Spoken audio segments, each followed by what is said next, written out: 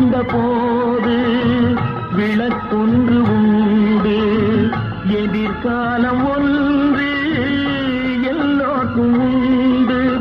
உண்மை என்பது என்றும் உள்ளது, தெய்வத்தின் மொழியாகும்.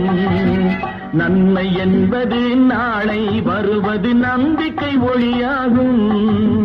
புத்தன், இயேசு, காந்தி பிறந்தது பூமியில் எதற்காக தோழா? ஏழை நமக்காக.